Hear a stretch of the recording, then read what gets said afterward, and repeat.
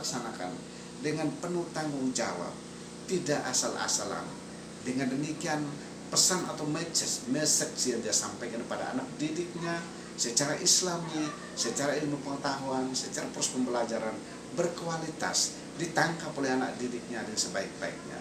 Apapun terjadi, hambar kalau perencanaan, pelaksanaan proses pembelajaran pendidikan agama Islam tidak disiapkan dengan matang dan bagus oleh seorang guru yang menamakan diri guru profesional. Guru profesional adalah guru yang betul-betul melaksanakan tugas dan fungsinya dengan sebaik-baiknya, tepat waktu, semuanya ada, tidak ada alasan untuk masih tunda. Pendidikan yang merupakan rancang bangun kehidupan secara Islami, pelaksanaan tidak bisa ditunda-tunda. Demikianlah kita melaksanakan proses pembelajaran kepada anak didik kita. Kita tidak tahu bagaimana arahnya pendidikan agama Islam buat anak-anak kita ke depan. Kalau kita tidak siapkan mulai hari ini, terutama pengawas pendidikan Islam, guru pendidikan agama Islam, tidak menyiapkan betul-betul secara profesional, sehingga anaknya bagaimana dia menangkap dengan sebaik-baiknya. Yang ketiga, tusi atau tugas fungsi sebagai seorang guru pendidikan agama Islam yang ketiga adalah mengevaluasi. Setelah kita merencanakan, kita melaksanakan tugas di kelas dengan baik dan profesional, kemudian kita mengevaluasi, melaksanakan ujian. Apa itu ujian harian, ujian setiap habisnya sebuah kompetensi dasar, ujian pada tengah semester, atau ujian semester, berdasarkan langkah-langkah kita laksanakan mulai dari awal sampai pada langkah evaluasi. Dalam kaitan evaluasi, harus serius guru untuk melaksanakan evaluasi pada anak didik. Dia tahu perkembangan anak didiknya, si Ali misalnya, Siti misalnya, si Fatimah misalnya.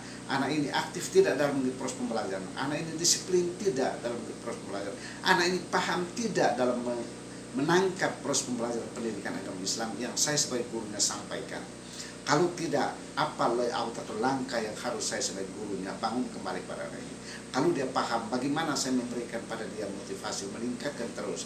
Kalaupun biasa-biasa saja, apa jalan keluar sebagai seorang guru pendidikan agama Islam yang profesional, yang mendapatkan sertifikasi sebagai motivasi-motivasi tertentu oleh kebijakan pemerintah, membuat kita harus lebih bergairah, lebih ingin untuk menciptakan tusi yang berkualitas, lebih bagus untuk mendapatkan hasil proses pembelajaran anak saya menjadi anak yang pintar. Tidak hanya itu, pintar dan soleh serta soleha. Bagaimanapun kita bisa tangkap ini. Oleh karena itu saya menganggap kita sekalian, sahabatku sekalian yang bergerak di bidang pendidikan agama Islam, mari ada sebuah role model pendidikan agama Islam yang tidak bisa lapuk ditelan zaman. Apapun terjadi dia tetap eksis, bahwa pendidikan agama Islam tetap pendidikan yang up to date, bukan pendidikan yang out of date.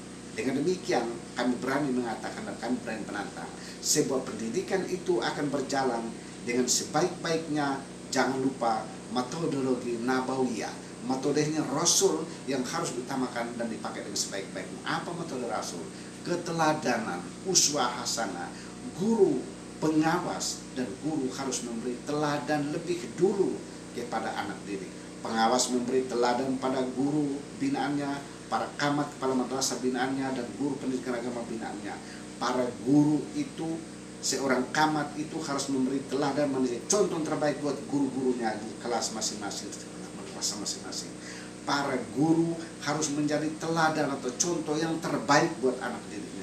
Disinilah terjadi kegersangan makna pendidikan yang hakiki sebenarnya.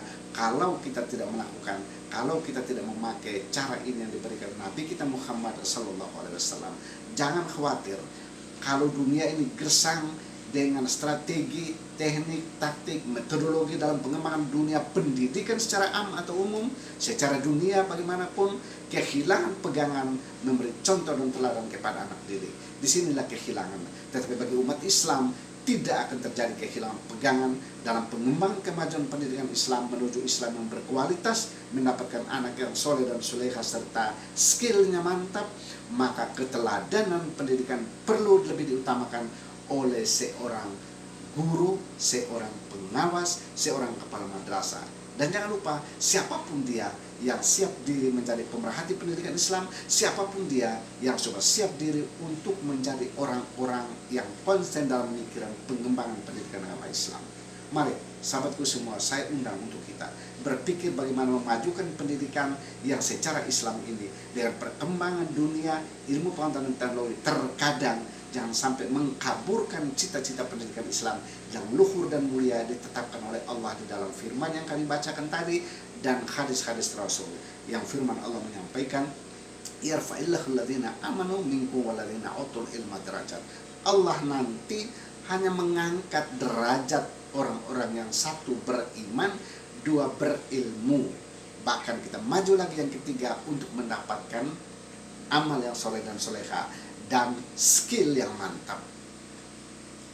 Lanjutkan sebagai penerapan daripada firman Allah ini dalam sebuah hadis Rasulullah SAW menyampaikan, man arada dunya falaihi bi'ilmi. Siapa mau hidup dunia ini bahagia, diri kita mau bahagia di dunia, anak-anak kita ke depan menjadi anak yang bagus, mampu menjawab tantangan zaman ini, mampu dia menjawab tantangan zaman, maka dia harus kita pesan miliki ilmu yang baik.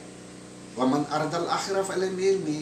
Siapa mau nanti di akhirat kelak setelah kita dipanggil oleh Allah untuk bahagia di hadapan Allah, mendapat tempat yang disediakan oleh Allah, surga, Jannatul Naim, maka miliki ilmu.